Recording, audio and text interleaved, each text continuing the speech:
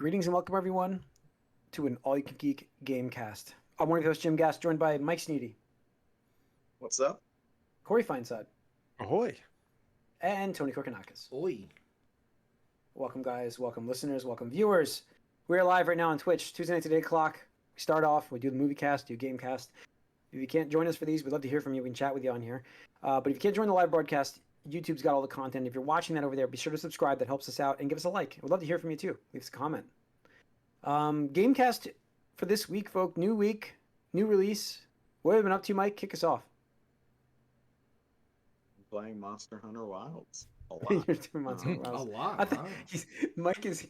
I guarantee he's hate playing this game. Are you hate playing this game? First of all, I resent that characterization. First of all, I don't even know what games. I think I just like games more than you guys. That's it. No, I think don't you even just know what games complain more than we have to go back complain to a like lot. Avengers. That's where it started, Mike. That's definitely where Avengers, like, the there's like realization. 4 attempts it took to do Witcher 3. Elden Ring, you played for a while. Elden Ring, just because I had nothing else to play. Yeah. Mhm. But anyway, no, I see why people get into this. Obviously, there's the big, just the loop of just constant upgrades, and I still don't fully know what I'm doing. But my friend Ryan has been in my ear most of this time. He's he's like narrating practically my thoughts on this game. So, and he's just for reference, I think last I checked, he's Hunter rank 280 something. So, Yeah. he's an expert. I would say. So yeah, the story's so silly though. Like I said last week, some of the lines remind me of lines from The Room. Actually, some of them are the same. Like people Story are people, is so bad. It's so bad. or people are people. Someone said, and then someone said, "Oh, your perspective is different from mine." Like, okay, cool. But it's bad in like a way that's kind of funny. And I Yeah, do, that fucking little kid, man. Every time I'm like, shut up. yeah, fuck that kid.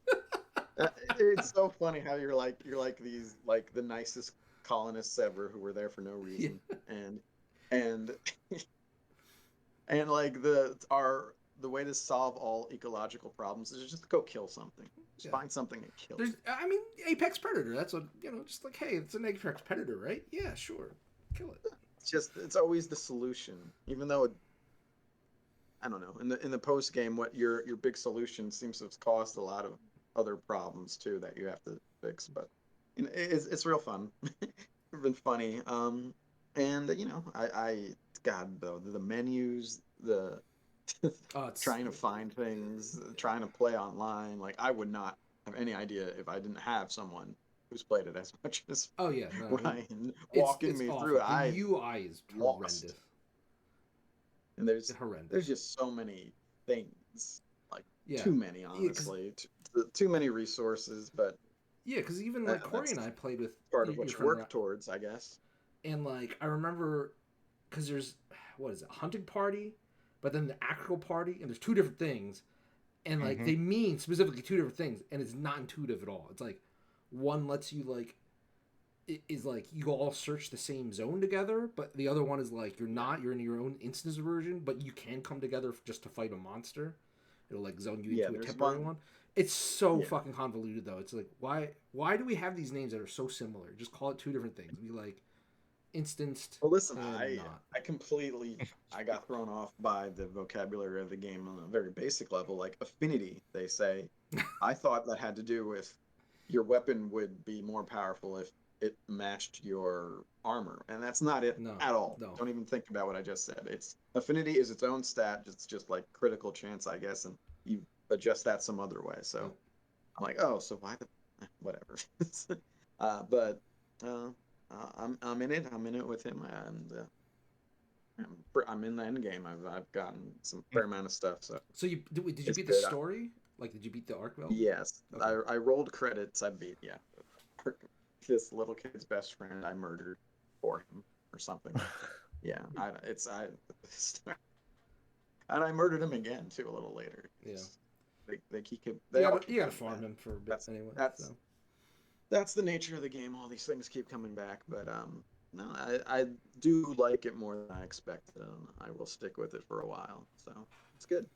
Just kind of silly and this is the Domino's meme where it's like Mike tries out Yakuza because of Game Pass. And it's Monster Hunter Wilds. Elden Ring was in Oh, between I mean- there. What's the next one gonna be? Maybe a Gundam game. That'd be crazy. Oh no, in Expedition 33. Wow, yeah, okay. It's the graduation. I love it. Yeah. My first was Yakuza, which I don't. Now, if that comes out after Expedition 33 with the same combat in its next turn base, I'm gonna be disappointed. It needs to step it up after playing Expedition 33. Yeah, it needs new. It definitely needs more additions in that combat. So I agree with you. I mean, the Yakuza team Gort- does have something at the end of the month. I didn't put it in the Discord, but they do have. But yeah, they have Oh, really? their summits coming up, and I don't know what people in the community. Their guess is some people are thinking Yakuza Kiwami 3 because 3 is the oldest game that hasn't been remastered. It's called Blockuza because the enemies block too much, and it's the old. It feels the oldest. Yeah. I don't know if that's what they're gonna do, but we'll see. It'll probably be a mix. I expect we'll see more of Stranger Than Heaven. Yep. We might get confirmation or even a release date, and we'll see if it's in that universe or not. And I think that they're going to show. I forgot they're the Virtua Fighter people now. I think they're going to show more Virtua Fighter. Mm-hmm. Yeah, definitely. I don't think, even though I'm hoping for it, I don't think they're going to talk about a Judgment sequel. I don't, because that's all. There's some quote from someone that seems like that's shelved a little bit, but I don't know if that's real or not. But also they're tied up. There's some weird. It's hard to get the Yagami actor who's a likeness. Well, yeah, actor. that's the big issue. The they have a bunch of problems yeah. with him. Yeah, and one Gotta of the other get main some characters- facial reconstructive surgery and then just throw him back out there. Well, and one of the other like main cast characters actually passed away since the last game too. The Genda, the guy in the office, that was his like, teacher guy. He passed away. So I don't know. I mean, I would like a Judgment 3, but it seems unlikely. At least not anytime soon. Yeah.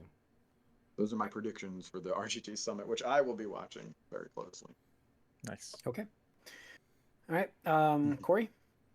Nothing really new. Just dabbling some more in some Borderlands stuff because it's been on the brain. Nice. Yeah. It's coming up. It's coming out 10 Coming up. days. What is that? What does that entail? Are you playing the last game, which you didn't like? No, well, the last game was not very good, obviously, but I've been playing Borderlands 2 mostly. Yeah. Okay. Would you say you hate playing that game, Corey? No, I mean I like Borderlands. It doesn't live up to the other ones, but the DLCs are a lot better. The DLCs always kill it. And actually, Gearbox had a panel at PAX West where they outlined all of their end game essentially for Borderlands 4, and then they talked about post content roadmap stuff, and it looks very exciting. I'm really happy with what they've got so far, and they always kill it. They need to nail it. Oh yeah. Yeah. Well, Gearbox they always doesn't have kill the anything else. post-launch content, so this game has to do well for sure. But like from what I've seen, like it's just everything that Borderlands people want. It's like a mix of Destiny and what people love from Borderlands. I completely forgot that on the. I don't know why I know why you're reminding me of this, Corey, but I did watch Alien, the Alien Earth show. Ah, okay. You reminded me of it with Gearbox. I forgot to talk about that. Remind me next week to talk about that show. That's not great. But no, Borderlands. I have to say, like, for what they're gonna do with the roadmap as far as the post-launch content and things like that, they're gonna have like constant weekly things similar to like Destiny had, and they're gonna make they respect your time is like their biggest thing with their end game. So I'm very excited to see what they do. Yeah, cool. We'll see. Tony, what are you prepping yourself before Silksong? I mean, I have stayed away from anything that's actually substantial because I know, like, the way I am is like I can't juggle more than one single player game at a time. Yeah. Like one of them will always You're suffer. a monogamous gamer. You're a monogamous gamer. I'm a monogamous single player player. Yes. Yeah. Makes sense. Because like it always suffers if I try to like juggle them. So I've just been doing live service games, Fortnite, Rocket League, Final Fantasy. Nice. Rocket League just had their 10th anniversary. That was fun. Whatever. And the Fortnite season was controversial. They introduced some really overpowered medallions, and the community bitched and they took them out because they're just. It was one of those things you pretty much had to fight over when the match started. Otherwise, it's like that person would just whoever got it basically ran around the rest of the map killing people because they just had this huge advantage. It's like, well, do you really want to fight for the end game item at the very beginning of the match every single time? It gets old very quickly and stuff like that. But other than that, tried another UFO 50 game just to. I was like, whatever. Let's try random. The fun thing about this, I would recommend you watch a video on it because there are just so many cool titles. So there's this one where I was like, whatever, this sounds interesting, and I picked it, and it's one of those old school dungeon crawlers. I'm talking NES style crawler, what is it, Wizardry or something like that, where it's first person, it's whatever it was, or it's like you Wizard of, yeah, where you go down a tile and you look left or you have to pick up a menu. But the fighting in that is like Punch Out almost, where it's you have it you see a character and you can move left and right and you can duck or block, and then you press the button to attack. I was like, okay, we're cooking with this one, which is different than being cooked. You're cooking. That's a good thing. There's a difference there. But that was really cool. Tough as hell because again, it just like every game there. It really is. It's super you search a treasure chest and it's oh, it was trapped, and you have 1 second to use the dodge feature. Otherwise, a boulder just comes down and you chunks you for 75%. And if you're at less than 70%, guess what? You're dead. And it's cool, awesome. So, and it's not even you can memorize the exact thing because it's semi RNG layout, I guess, every time or something like that. So, yeah, procedurally generated kind of bullshit. So, yeah. But yeah, we did Silksong Thursday. Yeah, I mean, I picked up. I got Metal Gear Delta. Nice. So I did get the new release. Did They have done an amazing job. This is this is Konami. Just making sure. Yeah, you never know with me. You're right. I know. I did have that. I had that Friday, and I did play it. I'm about 4.5 hours in, which is Friday because my weekend. Okay, yeah. Yeah. So I got 4.5 hours in, and I never played this game, so it's also different to go back to Metal Gear after so long. So the first area, when I first started that game, I'm bad. I'm bad. I'm really trying to slow myself down though, rather than just start shooting and everything. But I remember that with Metal Gear 5, you could play it either way. This one's a little bit less forgiving because it is an older style, but it's remastered. And they have done an amazing job with this environment though. It looks amazing. The control is smooth. I do like the intuitiveness of it. I'm sure there's quality of life that I didn't know about the old game that's in 100%. This game I'm even thinking about. Saving is instant. I can save whenever I want.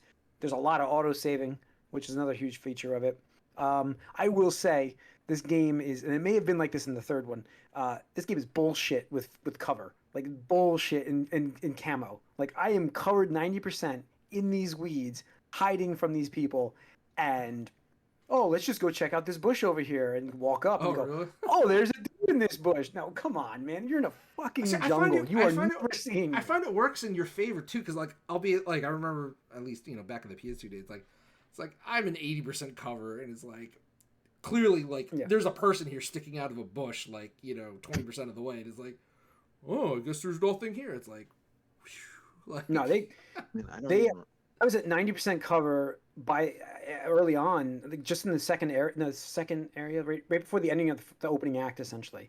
And I was I was trying to be quiet because there's a lot of guys, and I'm okay, I'm just going to be quiet. I'm going to do this properly. And there was a dude walking next to me, and I just was sitting prone, on my belly, 90% cover in the weeds, and he was walking past, and then he just got triggered, and I'm like, there's no fucking way you saw me. There's no way. But I guess that 10%, they happened to catch me on that one. But then Guns Ablaze. Actually, I've reloaded a few times because I'm just no, I want to try to slow this down. Plus, you're not really armed. It's not MGS5. Or MGS5, you can play it really both ways. You can play this one, Guns Ablaze, a little bit, but you don't have the same equipment as MGS5 had. No. But it's amazing, really well done, and I don't know if I'm playing this getting more disappointed that Konami walked away from video games essentially because of, you know what I mean? I don't know if that's causing more of that problem for me, but I will say at least, and I'm sure this was fine, but at least Kojima's name is all over this game still. They didn't remove any of that from this game, which they could. I'm sure they couldn't, but you wonder if they were going to.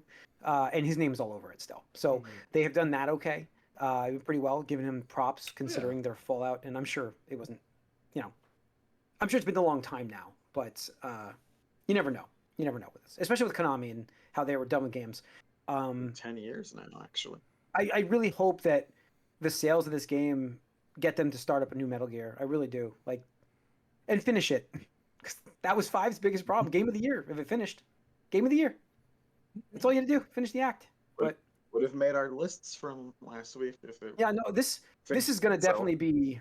This one's going to definitely be in my running this year. I mean, there's not, in my opinion, for what's been released this year so far, I haven't been blown away by a lot, except for obviously Expedition 33. So you're not up against too much. I'm going to be playing Silksong at some point once I finish Metal Gear, and then I'll probably try Borderlands actually in October, but it probably won't be till October at this point. So because I want to do Silksong, I do want to give that a try.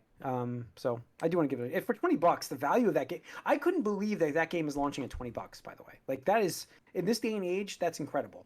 Especially because it's bigger than Hollow Knight, from what I've been seeing. Yeah, so easily people would have paid 30 easy. So easy, people would have paid. That's an easy $30 game. There were people that were like, probably got 40 because they probably would have. Yeah, but 30 was an easy number for them. Yeah, easy. Absolutely. They would have sold. Nobody would have said anything. It was 30. Nope. But $20, I'm like, I got to try this game just for that reason. In a way, I'm not saying definitively, but in a way, I think they should have priced it higher, just because I feel it kind of devalues indies in an era of we have a problem with game sales, even juggernauts where it's like, 10 million copies, and it's like, oh cool, thanks Insomniac, you still got to lay off 10%. It's like, what the fuck? Where like when you price things so low, like you leave like no room for, or less room for, sale prices and stuff like that. I mean, that's the thing for this game. It's been in development for so long. Like $30 a game is an easy number, and they could have made that back faster. Yeah. I mean, it's not even about profit. It's great. I mean, it's great, but they've sold. Like, it's literally just a passion thing for them. But I'm just saying, it makes it harder, I think, for other indies to come at higher than that, right? Because that's an true. Average person is gonna be like, I paid $20 for Silksong. What do you mean you want to pay me $30 for this? Half a game. Whatever. Half the game is like, that. Yeah. But you can't compare it to that, right? Because again, it's not fair. Right? It's not fair, right? You can see a AAA blockbuster, $200 million Warner Brothers or Marvel movie, or you can see some indie flick, that's only played at Cannes Festival for the same price of the movie ticket. You go see Transformers, or you can see that weird movie that was in the woods. What was that? The handheld camera one. What the heck? That called Blair Witch. Blair Witch. Thank you. I couldn't. All I thought was Cabin in the Woods. I was like, it's not Cabin in the Woods because that was a good movie. Blair Witch Project was not a good movie. Yeah. Oh, some people love that movie. Yeah, I know they do. Cool. Corey's right, but Corey's right. But while we're talking on Silksong, I wanted to talk about this and post it. But okay. So because of Silksong's 2 week. Oh, by the way, we're releasing 2 weeks after fucking years of radio silence. Almost every indie game has moved out of the way. Lots of companies have even straight up released PR or leaned into it, making meme drawings and stuff like that, with the main character just being like, "Yeah, we're releasing here," and it's like, "Well, you better move along." But out on average, Steam, 7 out of 10 games that were scheduled for release canceled it this month. So they were supposed to have 1,713 games. Yes. 1,700 games were supposed to release on Steam this month, and only 575 are launching this month now. This is the lowest number of video games that will be released on Steam since March of 2020. So in over 5 years, that number has just grown tremendously. Again, though, it's stupid. There's going to be less selection on Steam. This is 19. It could have been easily $29.99. 100%. Yeah. 100%. Wow. All right. Let's get into some news. Let's talk about the high price of PS5 affecting Monster Hunter Wild sales. Yep. So this came out. Capcom has said that the game itself sold amazing in its first few months. It did record-setting 10.1 million copies sold, 8 million of which in just 3 days. Yeah. But since, however, for the quarter ending in June 30th, Monster Hunter WoW sold only 477,000 copies after that. So it just fell off a cliff after that. Capcom has come out and said that they feel that the pricing of the PS5 has caused basically the availability to be down for what they could sell for their games. So the sale through is just not good enough for them to make their numbers. Like the higher percentage is needed to be attached, and you can't expect that with sales. I get it. You're not going to get a 1-to-1. Every PS5 owner is not going to buy Monster Hunter Wilds. You only have a certain percentage you can get, and if that percentage pool is smaller, I get it. But like you already knew that number. Like I don't know. I don't know. Isn't PS5 doing the same or better than PS4 at the same point of this generation? Sales wise? About- So what are they? I don't know About if we know. Yeah, at least the data at least in America, because we have that data from Circana. Yeah. Matt Piscatella. Japan, it's down. Sony gave up that market. Europe probably about on par. So, yeah. Overall, I think America offsets the Japan losses, stuff like that, because it's on track at the same rate. Maybe this is a Japan-focused criticism from Capcom. Oh, maybe it is. I mean, the thing is, they released the PR in for the Japanese investors, right? And I have it up, so they did say that. So, Sujimoto said, "We found that the PS5 berry is unexpectedly large. The console costs about 80,000 yen, and when you factor in the cost of software and the monthly subscription, it comes to almost 100,000 yen at the time of purchase. This is not an amount that can easily be reached, especially for younger generations. This situation is not limited to Japan, but it's similar overseas as well." So yeah, I think they're acknowledging here, like, yes, it's primarily Japan, but like to a lesser degree, it's still happening all over the world. And we can see that because prices haven't gone down for PS5s in 5 years. It just went up. Yep. It just went up. Yeah. So, like, it's kind of crazy, again, because we're in unprecedented times, unprecedented territory here, where it's like, hey, if you bought a PS5 on launch day, you got the best deal, because you're going to have it for the longest and you paid the least amount of money for it. Across the board. Yeah, that's crazy. It's craziness. And just to In put some things... ways, I always thought it'd be nice if it was that way, but it never was. I mean, I always looked at it in like, how many hours am I getting it? And if I get it at the beginning, it helps me justify getting it earlier versus later. But back on topic, just to put this in perspective, 100,000 yen, the purchasing power is approximately $1,000 US. So it's like, even if you were like an average person in Japan, like, 18 to 20, whatever demographic, 18 to 25 demographic, I think is their biggest, or the one they were going for. Are you going to be like, yeah, let me spend $1,000 to pick up a PlayStation 5, Monster Hunter Wilds, and a PlayStation Plus subscription so I can play with my friends? Like, that is a lot to ask for. That is a lot to ask Expensive. for. It really is. It's like too expensive. It's just, it's unsustainable.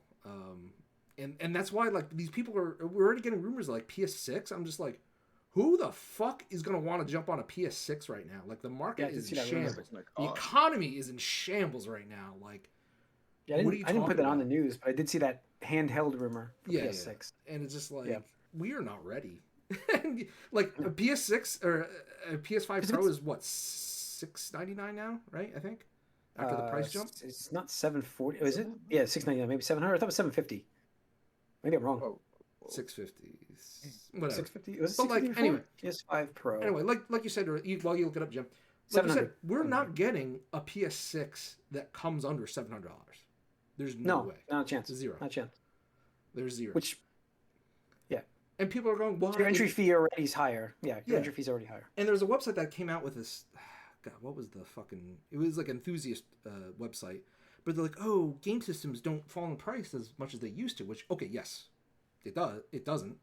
But because of that, like, part of that reason is because Moore's Law stopped being a thing like 2 generations ago, where, like, the technology is just not advancing and we're not getting the same amount of gains, where the old technology can be produced cheaper now. It's, hey, like, we're all making the same fucking RAM, we're all making the same fucking graphics chips, and you're competing. with the rest of the world now. It's not just like video game consoles. Like PC and like video game consoles were strictly different, and that line has been blurred. So, yeah, who's gonna buy a $700 or $800 PS6 in what 2027? That's when they're estimating it. That's yeah, probably at that point. Yeah. If you launch a $700 system in that year, oh my god, good luck to you. I mean, technically, if this is $699, it should come out higher than that. So it should 100%. Yeah, 100%. So yeah, so. it's bad. We'll see. It's bad. All right, let's talk about more bad news first, then we'll get to some cool stuff. Long-running game studio Crystal Dynamics was forced to cut staff, fully abandoned the game Perfect Dark last week. This was a little bit ago, after failing to find a new funding partner following the game's cancellation in July. So apparently Embracer Group, which is the division, the owner of Crystal. Oh, you're muted, Jim. Muted. You hit something. I am? Yeah. Oh, I must have hit my mic. No, you I'm good weren't now? muted. You were like lagging. It seemed like. Sorry. Oh, whatever. It's my mic. I gotta be careful when I hit that cord. So where'd you get to? The Embracer Group, who is the owner of Crystal Dynamics, had come close to striking a deal with Take-Two that would purchase the game from Microsoft, but that fell through when Microsoft and Take-Two couldn't figure out who would own Perfect Dark long term. So they were forced to cut their staff and fully abandon the game after. Did Microsoft sell it off? No, but that's what They the weren't thing able is. to. Take-Two wanted. That's the point. That's my they didn't reason. want to sell it off. Well, right. Well, Take-Two wanted to be like, okay, well, we're gonna fund the development of this game. We want to own the IP, right? Because we're back to that Warner Brothers situation where it's like, well, you guys can buy the rights to Mortal Kombat and we'll let you make a game, but you don't own it. It's like, why the fuck would you Why would you pour $100+ million into developing a fucking AAA video game if you didn't own the IP? It's stupid. Like that's stupid for most games. Yeah, I get it. So So yeah, I mean, this long story short, fuck Microsoft. Just goes back to them like, oh, well, we don't want to sell the Perfect Dark IP. What the fuck are you doing with it? What are you doing with it? You've owned this IP for like 25 years. Sorry. You've owned this IP for 25 years. You produced one shitty game, Perfect Dark Zero, one remake, and that's it. That's it. In 25 years of owning Rare. What are you fucking doing? Yeah. I don't know. I don't know. We talked about this many times, so I have no idea. I don't know. Yeah. Ugh. Anyways. All right. Mike, let's go to Mike. Good news here. George Newbern confirms he's working on Injustice 3. We were to confirm this game, right? Almost. So yeah, he's the one who's been Superman for I think since Justice League Unlimited. Actually, he wasn't the first Superman. That was Tim Daly, but this guy sounds very similar, and he jumped in, I think, with Justice League Unlimited or Justice League, the cartoon. He did a couple of the movies. I know he did like Superman. He's the Elite and stuff like that. been the more recent one. He's not the first one, but he's been the more recent, animated Superman guy. But I mean, good, I guess. That's good. I'd like to see an actual official announcement or something. And also with voice acting, I do wonder what they're going to do with Batman now, because this was a Conroy vehicle in the past. So I don't know. Are they going to do the Roger Craig's Smith thing again from Origins? I think that's what they're going to do. I would kind of actually like them to call on that Linklater guy, I think, from the what's it called, Cape Crusader, the great cartoon that came out like a year ago. I think he did a good voice though. You're right. That's not bad. Yeah, I feel like he's more in line with Conroy's voice, and I'd like to hear him in something good. So there you go. That would be my choice, but obviously I don't know what's going on with this. But yeah, sounds like this game is 90% going to happen now. That's where I'm thinking. I would look maybe I'm still not convinced 100%, but Game Awards announcement coming up. I guess. Game Awards. It's possible. What did he? This is the voice of Superman, you said? Yes, he was the voice in like a couple of the actors. What did he say though specifically? What was his tweet or whatever about that? He's what? He's working on Injustice 3. He's working. Did he say that literally? If he said working on it as in voicing it, that like generally that's pretty close to the end. So maybe that's a spring His exact. release. That's true. Maybe Well, they stopped updating he Mortal deleted it, so I Kombat can't even 1 tell you. a while ago. Like, was it this year? I think. Yeah, earlier this year maybe? it got his last DLC. I think we reported on it. So Yeah. So the next thing was on the way from NetherRealm, but we didn't know for sure what it was. And there's some Well, yeah, pie I in the mean, sky like things like I that. really They were think thinking that this would be some other thing, but I we'll really see. think Game Awards. But I think this is a Game Awards reveal. if So. they weren't, maybe they're going to now because Yeah, maybe. Cat is half out of the bag. So yeah, listen, I'm all Yep. for it. I know people give Injustice a lot of shit, but it's my favorite fighting game franchise. And not that I've been deep into fighting games. I'm a casual fighting game enjoyer, I would say. But been looking forward to this. So hopefully they deliver. But I also All right. can't be too Do you excited either trust them because it's after Mortal WB. Kombat? Yeah, no. That's again like I can't. Because yeah, Cautiously Well, so optimistic. people who really got into it like actually like the mechanics more in Mortal Kombat 1.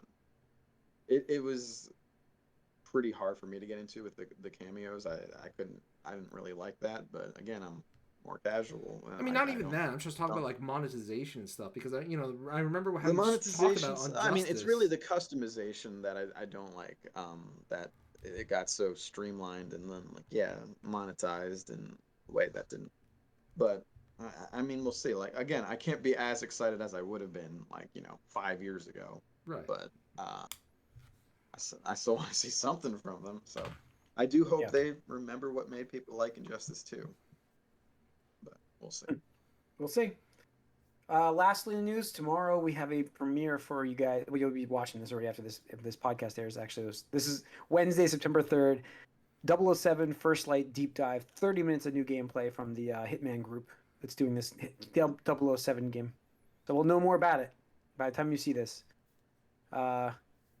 Exciting. This is. I'm looking forward to it. I really hope because they've made some great Hitman games, and I just wonder how this game is going to play.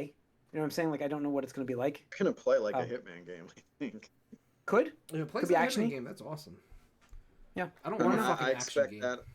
I don't disagree with I you, Tony. I'm just saying it could be more actiony than a Hitman game, but I think it'll be the Hitman, formula will be the base skeleton of this, I believe. But what's their twist? What'll be their thing for this? Well, there will probably be more like talking, probably, or you'll ride in a car, gadgets, vehicles. I think those are going to be the big things. But I think the production value or like the cinematics have to be a little more frequent. I would expect.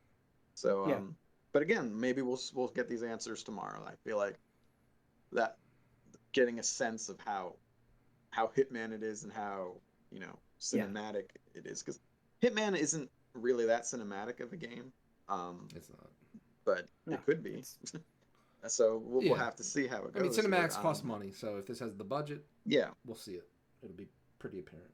I just can't. I'm having too much trouble with how the character model looks like Max Greenfield from New Girl. He just looks like him to me. Too much. It's weird to have a I have to character model try like to that. unsee that. Yeah, it'll be tough getting used to it for now, but we'll see what they show tomorrow. So we'll have more about that next week. I think that's it for the news this week, though, folks. So we got some rumors too, though. So Nate the Hate, who is an insider, posts pretty reliable leaks and rumors these days. Has reported that we will be seeing both a Sony State of Play and a Nintendo Direct this month. So that will be pretty interesting, I think. Well, isn't the Bond thing a State of Play? Or is that something separate from what you're saying? They're saying it's a State of Play. I'm sorry. What's the other fucking thing Sony calls it? Not State of Play. There's another one they have it. Showcase, yes. Sony Showcase, PlayStation Showcase. That's whatever like that. I forget the difference, but one of them is more like someone supposedly, greater magnitude. Than right, exactly. So, wow, believable on both parts. To get that one. I think next. Well, I think we need Metroid. We need Metroid news, don't we? We need Metroid news 100% because Nintendo was at PAX this past weekend, and they're still talking like, "Yep, Metroid's coming this year," and it's like, Is it? Like, When? Yeah. when? It's When? a cool September Silksong. It 2nd. could be out in 2 weeks. Well, it's true. I mean, Uh, I think Metroid. Maybe. December. I do think it's going to be a December game, maybe end Right. of November, but Quick- Quick reaction, Tony. Silksong launches this week, right? yeah. Nintendo Direct next week, where they drop Metroid by the end of September. You good with that still? I mean, for me, yeah, I'm pretty sure I can beat You can get Silksong it? by then. You can Yeah. get- okay. Get your fill of it. All right. Yeah, I mean, It's not too much. I'm going to play the shit out of Silksong. I mean, I know you can. That's It's gonna yeah. take you more than a month to beat a game like that. I don't know. Nah, it's not a month. I mean, it's coming this week. You're right. So, yeah. I mean, you're talking that would be like the 20th of September. They could drop Metroid a 2 week from a direct, right? they wouldn't do that. They wouldn't. It's It's too gonna be high December, profile I of a feel like. release. Like if it was a You also remaster, I believe that would be Shadow Drop. Yeah, you're also then you're around Borderlands. Then I mean, you're around a lot of games then with it. So to drop it, Right. So- No, that, and I don't think they want to do that to their third party partners either. I think it's going to be at earliest late November, more than likely December, and December. it's still fairly possible push to January, February. Like I mean, I think they got to start the marketing right, ramp right. up. You need the and- marketing, and it's even for Nintendo titles, it's usually at least 2 to 3 months. But Yeah. We should get this direct. We should. right, 100%. But So- also, Super Mario Brothers is having its 40th anniversary starting next week, I believe. So we'll probably see like whatever their anniversary thing for Mario will be. I don't Yeah. know if it's a new Cool. game or whatever. Probably Mario 2 Hopefully. movie news and stuff like that. But it'll be that. Exciting. And then I'm excited for Sony that. hopefully has something to show. I know, what was it? There's that 2D Metroidvania type God of War game that was supposed to be revealed at the summer showcase that got pushed, and nobody knew why. It was like, I was pretty confident this was going to be shown, and they didn't. So Yeah. we'll probably see that here. Cool. All right. Lots of Metroidvania. Yeah, we'll see. And I think that's going to wrap it up for this episode, folks. So thanks for tuning in. We'll have a lot more about the 007 game next week, so stay tuned for that. And maybe some of this Nintendo news will come to light more about when this direct will be, or showcase from PlayStation. So stay tuned. Tune in next week. Once again, Twitch Tuesday nights at 8 o'clock, and YouTube's got all the content. Be sure to subscribe over there, or wherever you download your podcast audios. We'll see you guys next week. We are out.